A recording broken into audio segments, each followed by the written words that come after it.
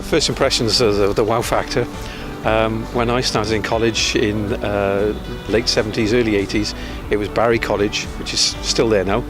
So to come here is almost like, for me, full circle.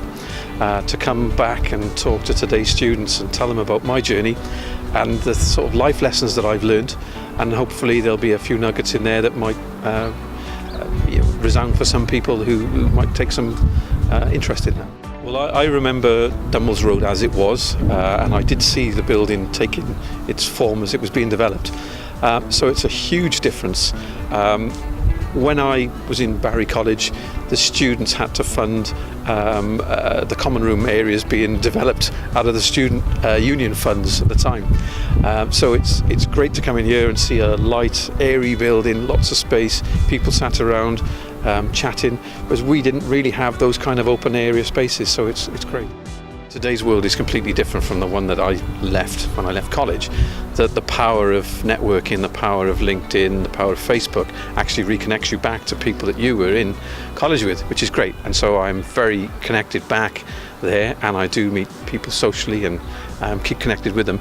But those links, those networks create opportunities, and again, I'm here today to actually suggest opportunities that there are for today's students and how they could take opportunities to look at somewhere like Tata and take opportunities for placements, summer placements, and become part of our graduate schemes.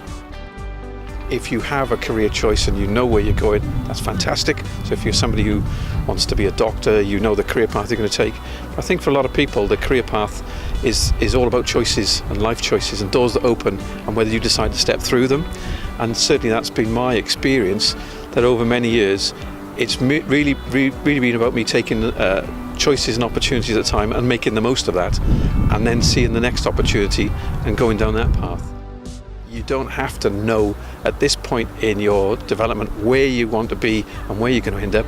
I think that might help, because today's career is really about a series of portfolios of careers that people are going to have throughout their life, because the job that they might be doing in 20 years' time might not even exist at the moment.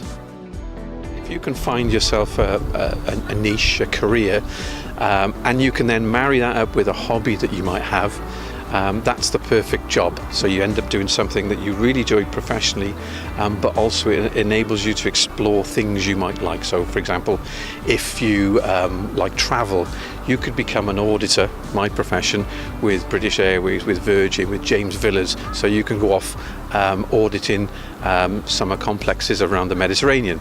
If you like engineering, you can work in a place like Tata Steel, and you get to see some incredible things, and you see end products.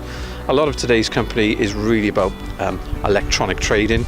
So for example, if you work in an insurance company, you won't actually see a product because it's all online and integrated, whereas something like manufacturing like Tata, you do actually see the steel being made and going out through the door, and then look around the car park, here's my product, look at the building behind me, no doubt our product is in that building, and that's something which I think is great.